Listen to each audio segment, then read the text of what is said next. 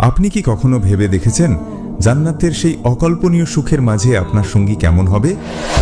আমরা জান্নাতের প্রাসাদ দুধ ও মধুর নদীর কথা শুনেছি, কিন্তু কেমন হবে সেই পবিত্র সঙ্গিনী যাদের কথা স্বয়ং আল্লাহ তাআলা পবিত্র কুরআনে বারবার উল্লেখ করেছেন? এই হুর আসলে কারা? তারা কি ফেরেশতা নাকি অন্য কোনো সৃষ্টি? একজন জান্নাতি ব্যক্তি ঠিক কতজন হুর পাবেন? সবচেয়ে গুরুত্বপূর্ণ প্রশ্ন, ছেলেদের জন্য না হয় হুর থাকলো, কিন্তু আমাদের নেককার মা বোনেরা যারা দুনিয়ায় এত কষ্ট করলেন তাদের জন্য জান্নাতে কি অপেক্ষা করছে? এবং সেই পবিত্র জগতে হুরদের সাথে জান্নাতীদের সম্পর্ক কেমন হবে? সেই মিলনে কি দুনিয়ার মতো ক্লান্তি থাকবে, বা সেই মিলনের ফলে কি সন্তান জন্ম নেবে? হ্যাঁ প্রিয় দর্শক, আজ আমরা জান্নাতের সেই পবিত্র সঙ্গিনীদের নিয়ে, সেই হুর আলাইন নিয়ে বিস্তারিত আলোচনা করব। কুরআন ও সহিহ হাদিসের আলোকে এমন সব তথ্য আজ আমরা জানব যা হয়তো আপনি আগে কখনো এভাবে শোনেননি। তাই অনুরোধ করব, ভিডিওটি এক মুহূর্তের জন্য না টেনে শেষ পর্যন্ত দেখুন, কারণ এই বর্ণনা শুধু কোনো পুরস্কারের গল্প নয়, এটা মহান আল্লাহর অসীম সৃষ্টি নৈপুণ্য, তার পবিত্রতা এবং তার বান্দার প্রতি অকল্পনীয় ভালোবাসার এক গভীর প্রতিশ্রুতির গল্প। আসসালামু আলাইকুম আমার প্রাণপ্রিয় দিনী ভাইরা ও বোনেরা, MHR ইসলামিক ফ্যাক্টস চ্যানেলের পক্ষ থেকে আপনাদের সবাইকে জানাচ্ছি গভীর ভালোবাসা ও শুভেচ্ছা। আজ আমরা এমন এক সফরের কথা বলবো যা শুরু হয় এই নশ্বর পৃথিবীর শেষ প্রান্তে আর শেষ হয় এক অনন্ত অকল্পনীয় জগতে। আজ আমরা জান্নাতে সেই শ্রেষ্ঠতম নিয়ামতগুলোর একটি নিয়ে কথা বলবো, যার বর্ণনা শুনলে মুমিনের অন্তর প্রশান্ত হয় এবং যার প্রতিজ্ঞা মুমিনকে দুনিয়ার সমস্ত পাপ থেকে বেঁচে থাকতে অনুপ্রেরণা দেয়। প্রিয় দর্শক, প্রথমে একটি বিষয় আমাদের খুব ভালোভাবে বুঝতে হবে, এই দুনিয়া হলো ক্ষণস্থায়ী, আর এই দুনিয়ার সমস্ত সুখ, সমস্ত সৌন্দর্যই ত্রুটিপূর্ণ। এখানে সৌন্দর্য একসময় বুড়িয়ে যায়, ভালোবাসা একসময় ফিকে হয়ে যায়, সম্পর্কে ক্লান্তি আসে, অপবিত্রতা আসে। কিন্তু জান্নাত হলো পূর্ণতার জায়গা। সেখানে কোনো ত্রুটি নেই, কোনো ক্লান্তি নেই, কোনো অপবিত্রতা নেই। আল্লাহ তাআলা যখন জান্নাতকে সাজালেন, তিনি একে এমনভাবে সাজালেন যা কোনো চোখ দেখেনি, কোনো কান শোনেনি। আর এই জান্নাতের বর্ণনায় আল্লাহ তাআলা যেমন এর খাবার, পানীয় এবং বাসস্থানের কথা বলেছেন, তেমনি বলেছেন এর সঙ্গীদের কথা। আর সেই বিশেষ সঙ্গীরাই হলো হুর। হুর শব্দটি আরবি, যার অর্থ সফেদ চামড়ার অধিকারী। আর আইন শব্দটির অর্থ প্রশস্ত ও সুন্দর চোখ বিশিষ্ট, অর্থাৎ তারা হবেন মায়াবী চোখের অধিকারী, শ্বেতশুভ্র রমণী। এখন প্রশ্ন হলো, হুররা কি ফেরেশতা? না, এটি একটি সাধারণ ভুল ধারণা। হুররা কোনোভাবেই ফেরেশতা নন। ফেরেশতাদের সৃষ্টি করা হয়েছে নূর বা আলো দিয়ে। তাদের কোনো লিঙ্গ নেই, অর্থাৎ তারা পুরুষও নন, নারীও নন, এবং তাদের কোনো জৈবিক চাহিদাও নেই। তাদের সৃষ্টিই করা হয়েছে শুধু আল্লাহর ইবাদত এবং তার হুকুম পালনের জন্য। কিন্তু হুররা সম্পূর্ণ ভিন্ন এক সৃষ্টি। আল্লাহ তাআলা পবিত্র কুরআনে বলেন, ইন্না আনশানাহুন্না ইনশাআ, অর্থাৎ নিশ্চয়ই আমি তাদেরকে এক বিশেষ প্রক্রিয়ায় নতুনভাবে সৃষ্টি করেছি। সূরা আল ওয়াকিয়া আয়াত 35। সুবহানাল্লাহ। ভাবুন একবার, স্বয়ং আল্লাহ যাদেরকে বিশেষ প্রক্রিয়ায় বা স্পেশাল ক্রিয়েশন হিসেবে সৃষ্টি করেছেন, তারা কেমন হতে পারেন?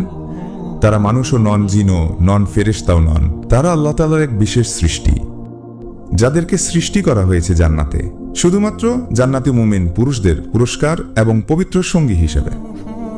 প্রিয় দর্শক, আসুন কুরআন ও হাদিসের আয়নায় তাদের সৌন্দর্যের সামান্য ঝলক দেখার চেষ্টা করি।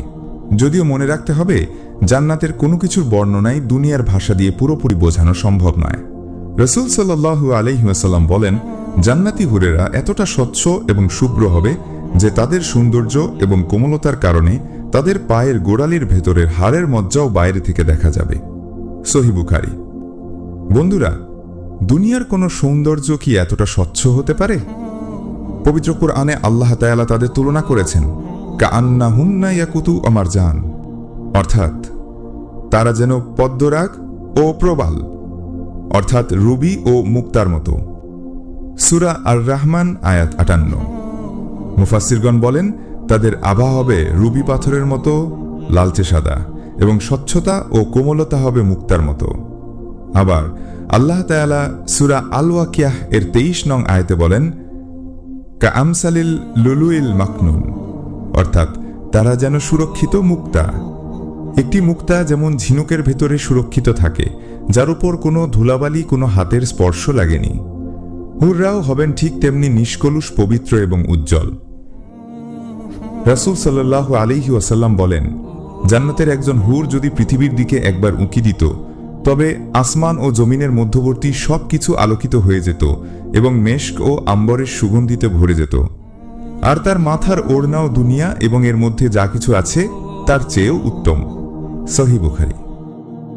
প্রিয় দর্শক, একটু ভেবে দেখুন, শুধু তাদের ওড়নার দাম যদি গোটা পৃথিবী এবং এর সমস্ত ধন সম্পদ, সমস্ত হীরা জহরত, সমস্ত সোনা রূপার চেয়েও বেশি হয়, তবে সেই হুরের নিজের মূল্য এবং সৌন্দর্য কেমন হতে পারে?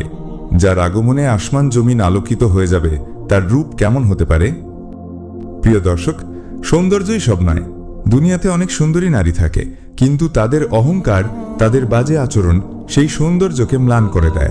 কিন্তু জান্নাতি হুররা হবেন রূপে গুণে অনন্যা।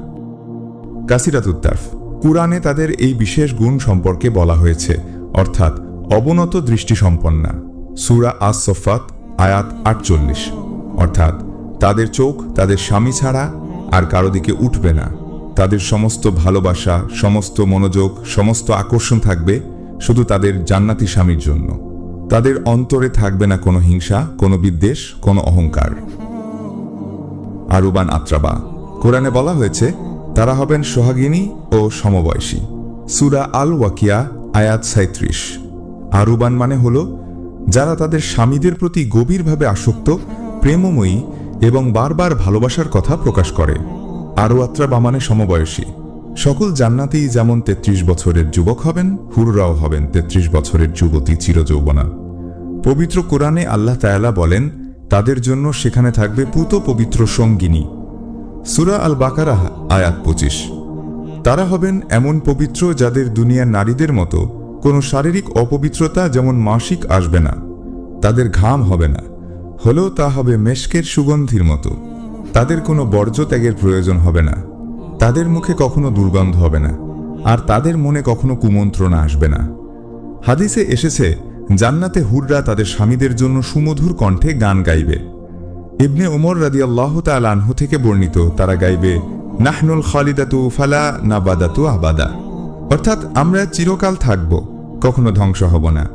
আমরা চিরসুখী, কখনো অসুখী হব না। আমরা চির সন্তুষ্ট, কখনো অসন্তুষ্ট হব না। কি সৌভাগ্য সেই ব্যক্তির যিনি আমাদের জন্য এবং আমরা তার জন্য। প্রিয় দর্শক, এখন প্রশ্ন হলো জান্নাতে কে কতজন হুর পাবে?